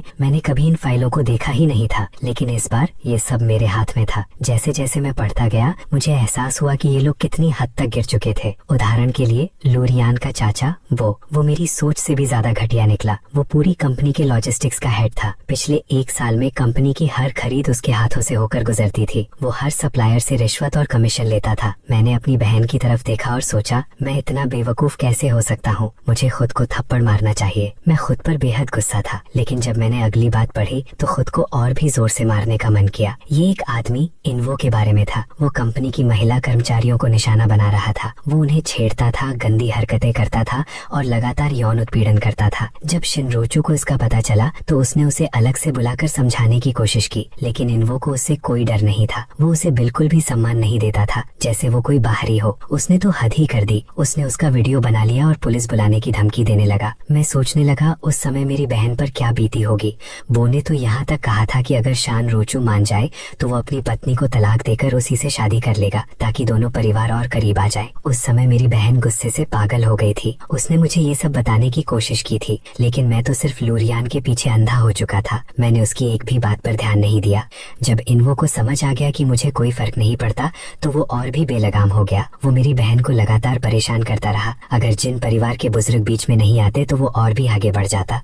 कोई बात नहीं भाई, मेरी बहन ने मेरे चेहरे को देखकर कहा, वो सब अब बीत चुका है। सबसे जरूरी बात यह है कि तुम अब जाग चुके हो। वो सही थी। सच्चाई समझना ही पहला कदम था। शान रोचू शांत खड़ी रही। उसने अपने बाल पीछे किए और उन बुरी यादों को याद करने से खुद को रोक लिया। इतना सब होने के बावजूद उसने हल्की सी मुस्कान भी दी। फिर उसने पूछा, क्या तुम सच में इन सबको पुलिस के हवाले करने वाले हो? मैंने बिना हिचकिचाए जवाब दिया, बिल्कुल। और सिर्फ इतना ही नहीं, मैं इनसे एक एक पैसा वापस लूंगा जो इन्होंने चुराया है। और मैं यही नहीं रुकूंगा, मैं सुनिश्चित करूंगा कि ये सब जेल में सड़े। अगर यही तुम्हारा फैसला है तो ठीक है, शेन रोचू ने कहा। बाकी सब मैं संभाल लूंगी। वो सबूत उठाकर बाहर जाने लगी। वो खुद सीधे पुलिस स्टेशन जाकर रिपोर्ट दर्ज कराने वाली थी। उसके जाने के काफी देर बाद लीगल डिपार्टमेंट की हेड आई। वो कंपनी के कानूनी मामलों की सबसे मजबूत स्तंभ थी। उसका नाम वोंग जीने था। वो एक बेहद गंभीर और पेशेवर महिला थी। वो दरवाजे पर सख्ती से खड़ी रही, फिर धीरे से दस्तक दी। प्रेसिडेंट, मैं वोंग जीने हूँ। आपने मुझे बुलाया था? उसने एक मशीन जैसी आवाज में कहा। उसका व्यवहार मेरे प्रति ठंडा था, लगभग तिरस्कार भरा। मुझे समझ नहीं आया क्यों। मैं इस महिला को ठीक से जानता भी नहीं था। उसने मोटे चश्मे पहने हुए थे और उसके बाल कंधों तक कटे हुए थे। मैनेजर वोंग, मुझे एक शेयर ट्रांसफर अग्रीमेंट तैयार करवाना है, मैंने कहा। वोंग जी ने ये सुनकर चौंक गई। उसके मन में साफ चल रहा था, क्या ये मूर्ख अभी भी नहीं सुधरा? क्या ये फिर से अपनी हिस्सेदारी देने वाला है? प्रेसिडेंट, आप कितने शेयर लूरियान को ट्रांसफर कर रहे हैं? उसने सीधे पूछा। वो और शेन रोचू बहुत करीबी दोस्त थी। उसने हमेशा उसे सलाह दी थी कि वो इस परिवार को छोड़ दे। उसे पता था कि शेन रोचू कंपनी को बचाने के लिए कितनी मेहनत करती है और मैं सब कुछ बर्बाद कर देता हूँ। मैंने हैरानी से कहा, लूरियान को शेयर ट्रांसफर? तुम क्या कह रही हो? क्या आप उसे सब कुछ नहीं देने वाले? उसने पलट कर पूछा। बिल्कुल नहीं, मैंने पहले ही सगाई तोड़ दी है। मैं उसे एक भी शेयर क्यों दूंगा? क्या मैं इतना बेवकूफ दिखता हूँ? जब वो किसी और के साथ है तो मैं उसे अपनी दौलत क्यों दूं? ये सुनते ही वोंग जीने ने राहत की सांस ली। तभी मुझे अचानक याद आया, मैं फिर से जन्म लेकर आया हूँ, लेकिन दहेज का जो सामान पहले ही भेज चुका हूँ वो भूल गया था। प्रॉपर्टी अभी ट्रांसफर नहीं हुई थी, लेकिन नकद, एंटीक और कीमती चीजें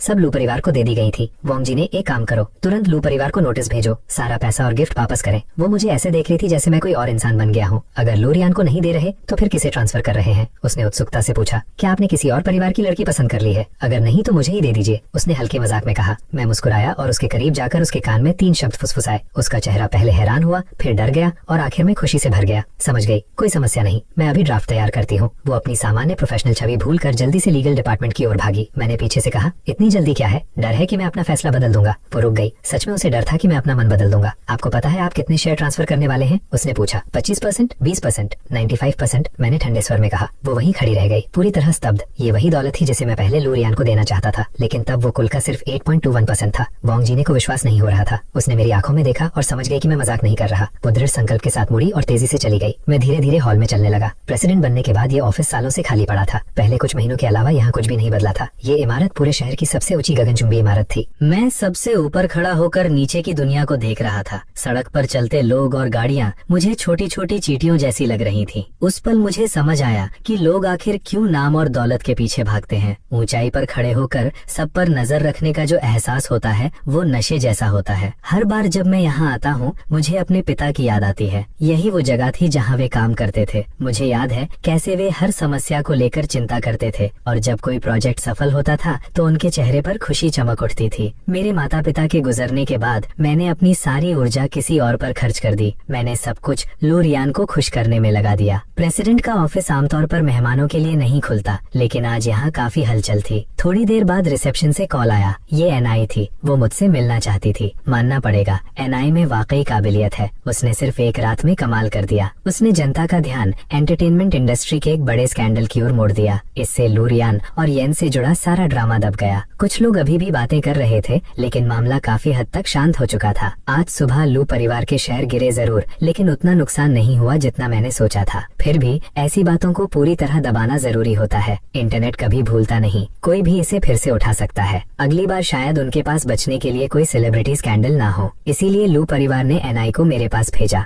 वे चाहते हैं कि मैं एक बयान जारी करूं कि मैंने लू रियान को गलत समझा था। वे चाहते हैं कि मैं दुनिया को बताऊं कि हम फिर से साथ हैं और सब कुछ सामान्य हो गया है। असल में लू रियान खुद माफी मांगने वाली थी, लेकिन वो कल रात से गायब है। इसीलिए मजबूरी में उन्होंने एनआई को भेजा, ये सोचकर कि मैं अभी भी उसकी मदद करूंगा जैसे पहले करता था। जैसे ही एनआई ईबीए बिल्डिंग के बाहर पहुंची, वो ठिठक गई। उसने देखा उसके भाई बहन, भतीजे भतीजियां, यहाँ तक कि उसके बचपन के दोस्त भी सड़क पर खड़े थे। सभी को पुलिस जबरदस्ती गाड़ियों में भर रही थी। चारों तरफ पुलिस ही पुलिस थी। बड़े बड़े ट्रांसपोर्ट वैन लाए गए थे। दर्जनों लोगों को हथकड़ी लगाकर ले जाया जा रहा था। एनआई वहीं खड़ी रह गई, पूरी तरह स्तब्ध। वो तुरंत अपने बॉडीगार्ड्स के साथ आगे बढ़ी और पुलिस को रोकने लगी। भाई, तीसरे भाई, ये क्या हो रहा है? तुम्हें क्यों गिरफ्तार किया जा रहा है? वो आदमी पहले टूटा हुआ लग रहा था, लेकिन जैसे ही उसने एनआई को देखा उसका चेहरा बदल गया, जैसे उसे कोई सहारा मिल गया हो। वो चिल्लाया, दीदी मुझे बचाओ, अभी जाकर चुनिमो से बात करो, उसे कहो हम पर दया करे। बाकी लोग भी चिल्लाने लगे, चाचा हमें बचाओ, चुनिमो पागल हो गया है, उसने हम सबके खिलाफ कदम उठा लिया है, उसने उस गोद ली हुई लड़की से हम पर केस करवा दिया, उसे कहो हमें छोड़ दे या रियान को उससे शादी न करने दो।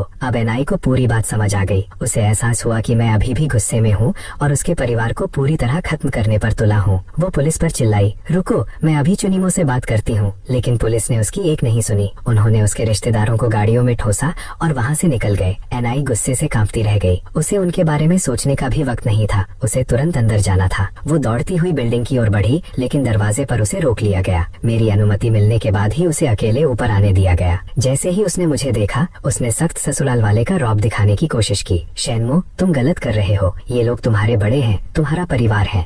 अगर उनसे गलती भी हुई है तो मुझे बताओ, मैं खुद संभाल लूंगी। पुलिस को इसमें मत घसीटो। क्या वो गोद ली हुई लड़की शेंजुचू ही तुम्हारे कान भर रही है? मेरी बात सुनो, एक बार तुम रुआन से शादी कर लोगे तो ये लोग तुम्हारा अपना खून बन जाएंगे। तुम्हारे आने वाले बच्चे भी इन्हीं की विरासत साझा करेंगे। लेकिन वो लड़की अलग है, वो सिर्फ एक बाहरी है, एक गोद ली हुई अजनबी। उसका खानदान अलग है, उसकी पहचान अलग है। तुम उसे कैसे तरजीह दे सकती हो? अगर रियान को पता चल गया तो वो बहुत गुस्सा होगी। पुलिस को बुलाओ, उन्हें छोड़ दो और मैं एक डिनर अरेंज कर दूंगी ताकि तुम उनसे माफी मांग सको। मैं उसे ठंडे भाव से देखता रहा, उसके इस नाटक को समझते हुए। मुझे हैरानी हो रही थी कि एनआई किस तरह मरे हुए को भी जिंदा साबित कर सकती है। वो काफी देर तक बोलती रही, फिर उसे एहसास हुआ कि मैं बिल्कुल चुप हूँ। मैंने एक शब्द भी नहीं कहा था। चिन्मो, तुम कुछ बोल क्यों नहीं रहे? इतनी सी बात के लिए इतनी बड़ी कार्रवाई करने की क्या जरूरत है? इतनी सी बात? मेरे अंदर गुस्सा उबलने लगा। ये औरत सच को मोड़ने में माहिर थी, बिल्कुल मेरी पिछली जिंदगी की तरह। वो हमेशा मुझे इसी तरह दबाव में लाती थी। मैं लू रियान को नाराज करने से इतना डरता था कि एनआई की हर बात मान लेता था। मैं हर चीज के लिए हाँ कह देता था और इसी तरह मैंने अपनी ही कंपनी बर्बाद कर दी। तुम्हारे रिश्तेदारों ने मेरी कंपनी का पैसा गबन किया और तुम इसे छोटी बात कहती हो? ऑफिस में सबके सामने गंदी हरकतें करना, क्या वो भी छोटी बात है? उन्होंने मेरे कर्मचारियों को दिन दहाड़े छेड़ा, उन्हें छुआ,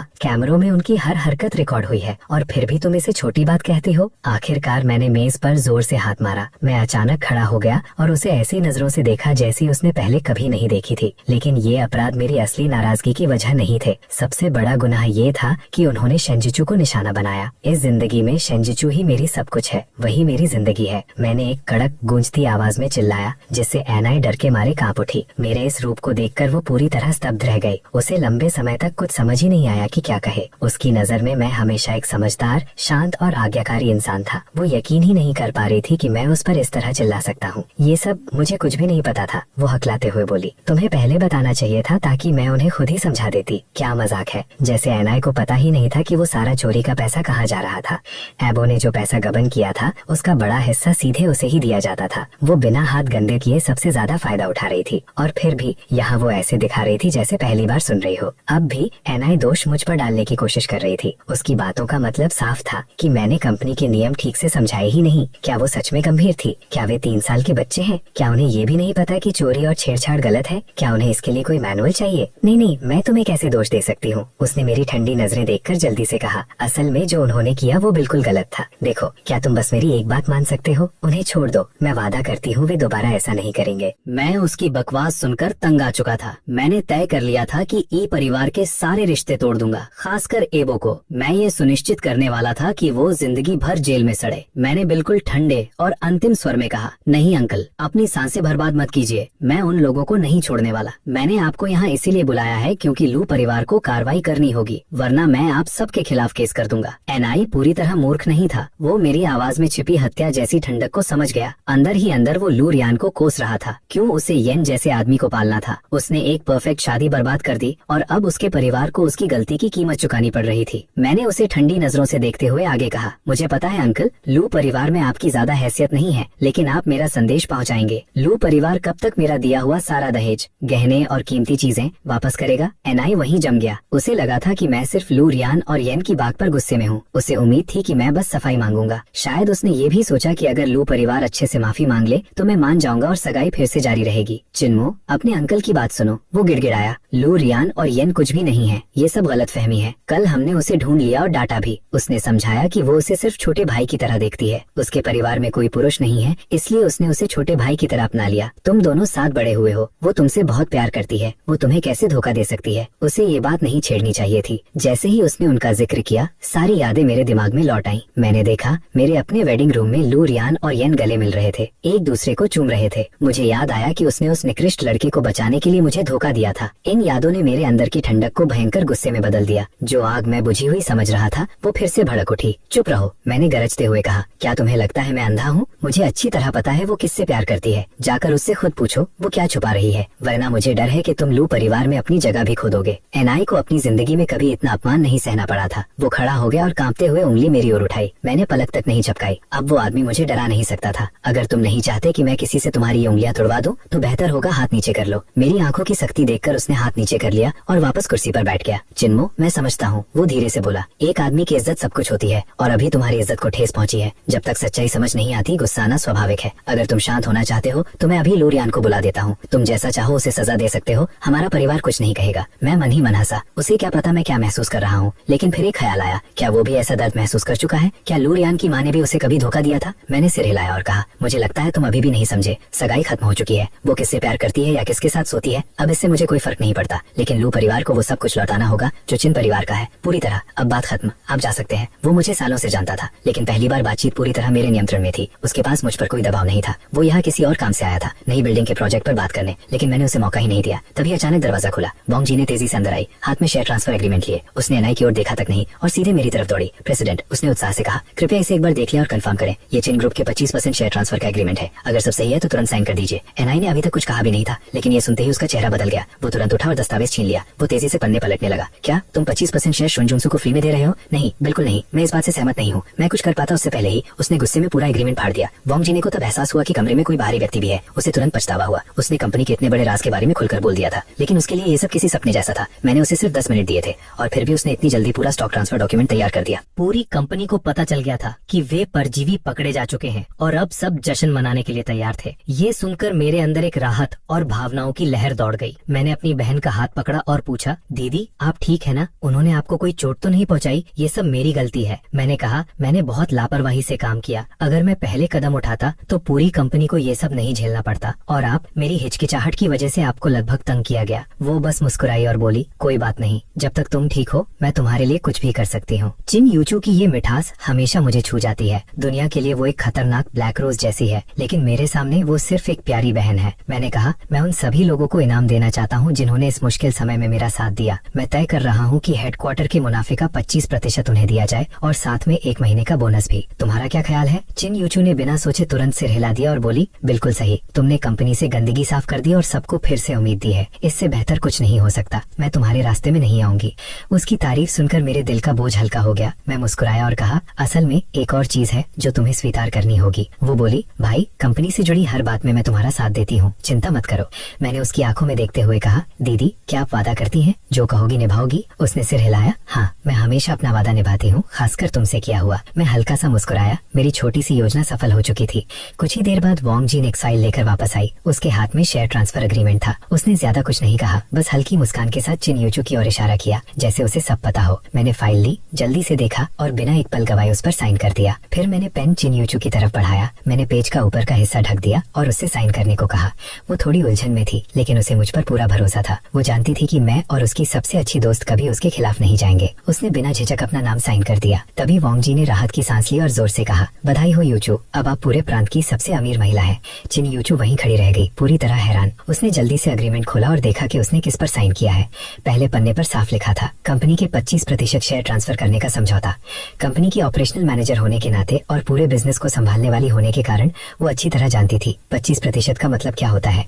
ये कोई छोटी रकम नहीं थी, ये एक बहुत बड़ी दौलत थी। उसे प्रांत की सबसे अमीर महिला कहना भी कम था। पूरे चीन में वो अब आसानी से शीर्ष 3 सबसे अमीर महिलाओं में शामिल हो चुकी थी। उसने मुझे हैरानी से देखा और पूछा, चिन्मू, तुम क्या कर रहे हो? मुझे ये सब क्यों दे रहे हो? मैं बस मुस्कुराया और कहा, दीदी, आपने वादा किया था कि आप मेरे हर फैसले का साथ देंगी। वो हकलाते हुए बोली, लेकिन मुझे ये शेयर देना ये बहुत ज्यादा है। उसे लगा कि मैं अपने ही नुकसान का फैसला ले रहा हूँ। चिन परिवार के पास कंपनी के 85% शेयर थे। 10% खुले बाजार में थे और बाकी 5% छोटे शेयर धारकों के पास। उसे 25% देने का मतलब था कि वो तुरंत दूसरी सबसे बड़ी शेयर होल्डर बन गई। अब कोई भी उसे नीचा दिखाने या सिर्फ गोद ली हुई बेटी कहने की हिम्मत नहीं कर सकता था। इस हिस्सेदारी के साथ वो आधिकारिक तौर पर शहर की सबसे शक्तिशाली महिला बन गई थी। मेरा चेहरा गंभीर हो गया और मैंने कहा, दीदी, मैं आपको ये शेयर एक शर्त पर दे रहा हूँ। वॉन्ग जीन मेरे अचानक बदले हुए लहजे से चौंक गई। शायद उसे लगा कि मैं अपने शब्द वापस लेने वाला हूँ, लेकिन चिन यूचू नाराज नहीं हुई। उल्टा उसके चेहरे पर राहत दिख रही थी। वॉन्ग जीन हंसते हुए बोली, क्या बात है, कोई चाल तो नहीं चल रहे? कहीं तुम इसे नाम तो नहीं देने वाले? ये तो बहुत ठंडा व्यवहार होगा। उसकी बात सुनकर मैं खांसने लगा। चिन यूचू तुरंत मेरे पास आई और मुझे पानी दिया। उसके चेहरे पर चिंता साफ दिख रही थी। ये मासूम लड़की शायद लंबे समय से ऐसे किसी पल का इंतजार कर रही थी। असल में उसे बचपन से ही परिवार की बहू के रूप में सोचा गया था। मेरी माँ ने भी कभी ये बात कही थी, लेकिन मेरे पिता ने इसे सिरे से खारिज कर दिया था। उन्होंने इसे पुरानी सोच कहकर टाल दिया। लेकिन सच्चाई ये थी कि वो खुद भी इस रिश्ते के लिए तैयार थी, बस कह नहीं पाई। बाद में मेरे पिता ने लू परिवार के साथ रिश्ता तय कर दिया और मेरी सगाई लूरियान से बचपन में ही हो गई। ये फैसला मेरी माँ को हमेशा खटकता रहा। मैं और जोर से खांसने लगा, जिससे चिन यूचू का दिल भर आया। उसने वॉन्ग जीन को घूरते हुए कहा, क्या बकवास कर रही हो, चुप रहो। वॉन्ग जीन ने मजाक उड़ाते हुए कहा, अरे हमारी ब्लैक रोज अब रेड रोज बन गई है। मैं अपनी हंसी रोकते रोकते मुश्किल में पड़ गया। वॉन्ग जीन मुस्कुराई और बोली, ठीक है, मैं चलती हूँ, इससे पहले कि तुम्हारे इस रोमांस में बाधा डालूं। वो जाने लगी, लेकिन मैंने उसे रोक लिया। मैनेजर वॉन्ग, रुको, मैं अभी खत्म नहीं हुआ हूँ, मुझे तुम्हारी जरूरत है। चिन यूचू और वॉन्ग जीन दोनों समझ गयी कि बात अब गंभीर है। मैंने आगे कहा, इन 25% शेयरों के अलावा मैं एक और घोषणा कर रहा हूँ। आज से मैं चिन यूचू को जनरल मैनेजर नियुक्त करता हूँ। कंपनी के हर काम की जिम्मेदारी अब उसके पास होगी। हर बिजनेस और स्टाफ से जुड़ा फैसला वही लेगी। उसे अब मुझसे पूछने या रिपोर्ट करने की जरूरत नहीं होगी। वॉन्ग जीन ने हैरानी से पूछा, क्या आप सच में पूरी मैनेजमेंट पावर उन्हें दे रहे हैं? असल में मैं पूरी कंपनी की जिम्मेदारी चिन यूचू को सौंप रहा था और खुद सिर्फ नाम का चेयरमैन बन रहा था। इस बार वॉन्ग जीन ने संतुष्टि से मेरी ओर देखा और कहा, ये काम बहुत पहले हो जाना चाहिए था। डिप्टी होने की वजह से वो हमेशा बंधी हुई थी। हर छोटी चीज के लिए आपकी मंजूरी का इंतजार करते करते हमने बहुत मौके खो दिए। चिन यूचू ने कभी नहीं सोचा था कि मैं एक ही दिन में उसके रास्ते की सारी बाधाएं हटा दूंगा। उसकी आंखों में आंसू आ गए। वॉन्ग जीन समझ गई कि ये पल उनके लिए बहुत निजी है, इसलिए वो कोई बहाना बनाकर चुपचाप बाहर चली गई। पिछली रात की चादरों पर चमकीले लाल दाग थे। मेरे होठों पर एक ठंडी मुस्कान उभर आई। मेरे साथ सोकर भागने की कोशिश करती हो? ऐसा कभी नहीं होने दूंगा। मैंने फोन उठाया और अपने बॉडीगार्ड को कॉल किया। लो, कल रात मेरे कमरे में जो लड़की थी उसके बारे में पूरी जानकारी निकालो। 1 घंटे में उसकी पूरी फाइल चाहिए और मेरे लिए नए कपड़े भी लेकर आओ। मैंने उसके जवाब देने से पहले ही कॉल काट दी और सीधे बाथरूम में चला गया। दूसरी तरफ लो डर के मारे सुन्न पड़ गया। क्या किसी ने यंग मास्टर के कमरे में घुसपैठ की? तुरंत सिक्योरिटी कैमरे चेक करो। उसने 1 सेकंड भी बर्बाद नहीं किया। जब तक मैं नहाकर बाहर आया, वो दरवाजे पर खड़ा मेरा इंतजार कर रहा था। उसने कांपते हाथों से फाइल मुझे दी। यंग मास्टर, हमें जानकारी मिल गई है। मैंने फाइल खोली। उसका नाम लू मिंगाओ है। वो मैड्रिड यूनिवर्सिटी में पढ़ती है, ओपेरा और फैशन एकेडमी की छात्रा है। कल उसे हानचुन ने एक परफॉर्मेंस के लिए बुलाया था, लेकिन उसके बाद एक बैंक्वेट में उसे ड्रग दे दिया गया। मैंने ठंडी आवाज में पूछा, अब वो कहाँ है? आज सुबह हाई स्पीड ट्रेन से निकल गई, अब तक शहर पहुंच चुकी होगी। मैंने आंखें सिकोड़ ली। उसे किसने बुलाया था? टांगी नाम की लड़की, वही एकेडमी की सीनियर है। क्या वही इसके पीछे है? लुओ ने सिर हिलाया। बहुत संभावना है, भले उसने खुद न किया हो, लेकिन पूरा प्लान उसी ने सेट किया। मैंने ठंडी हंसी छोड़ी। सीधे शब्दों में कहें तो वो एक दलाल है। उसे किसके बिस्तर पर भेजा जा रहा था? लुओ थोड़ा हिचकिचाया। सर, आप उस आदमी को जानते हैं? मैं रुक गया। मैं जानता हूँ। कौन है वो? Third master. मैंने नाम दोहराया, फिर अचानक याद आया, सिम्बो, एनी का भाई। जी वही। सिर्फ उसका नाम सुनकर ही मेरा खून खौल उठा। वो लालच और गंदगी की मिसाल था, एक घटिया इंसान जो हमेशा अपनी ताकत का गलत इस्तेमाल करता था। मैंने ही उसे ऊपर उठाया था, एक मामूली सिक्योरिटी गार्ड से उसे कंपनी के लॉजिस्टिक्स हेड तक पहुंचाया, लेकिन ताकत मिलते ही वो बेलगाम हो गया। उसने कंपनी को अपनी निजी जागीर बना लिया, अपने पूरे खानदान को ऑफिस में भर दिया, रिश्वतें ली, कमीशन खाए और कंपनी को खोखला कर दिया। मैंने पहले उसकी शिकायतें सुनी थी, लेकिन नजरअंदाज कर दिया। अब वही इंसान मेरी बहन को निशाना बना रहा था। इस बार मैं उसे छोड़ने वाला नहीं था। इस बार मैं उसे उदाहरण बनाऊंगा। मैंने लुओ से कहा, मुझे कंपनी ले चलो। उसके सामने सीधे बैठी थी लू परिवार की मुखिया। लू रुयान तेजी से उनकी तरफ भागी। हर कदम के साथ उसका दिल जोर से धड़क रहा था। उसने अपनी दादी को नजरअंदाज कर दिया और सीधे यान की तरफ देखकर घबराई हुई आवाज में चिल्लाई, दादी, यहाँ क्या हो रहा है? आप क्या कर रही हैं? आप यान के लिए हालात इतने मुश्किल क्यों बना रही हैं? उसका अभी अभी एक्सीडेंट हुआ है, उसका शरीर अभी तक ठीक भी नहीं हुआ। दादी लू ने उसे ऐसे देखा जैसे वो कोई बेवकूफ हो। उन्हें समझ नहीं आ रहा था कि उनकी पोती प्यार में इतनी अंधी कैसे हो सकती है, जबकि यान को एक खरोच तक नहीं आई थी। उन्होंने यान की तरफ इशारा करते हुए कहा, जरा मुझे दिखाओ तो सही, ये गंभीर चोटें कहाँ हैं? यान के शरीर पर मुश्किल से एक भी खरोच थी। तुमने इसके लिए अपनी ही शादी छोड़ दी और इतनी बड़ी गलती कर दी। तुमने लू और चुन परिवार को दुश्मन बना दिया। सच कहूँ तो अभी इसी वक्त तुम दोनों को मार डालने का मन कर रहा है। लू रुयान अपनी दादी की बात सुनकर स्तब्ध रह गई। वो आगे बढ़ी और ध्यान से यान को देखने लगी। उसके चेहरे और हाथों पर बस हल्के फुल्के निशान थे, जो मोटे मेकअप के नीचे छिपे हुए थे। पिछली रात घबराहट में उसने ध्यान नहीं दिया था, लेकिन अब दिन की रोशनी में सच्चाई साफ दिख रही थी। कोई असली चोट थी ही नहीं। तभी लू रुयान को अचानक एहसास हुआ, वो एक्सीडेंट बस एक नाटक था।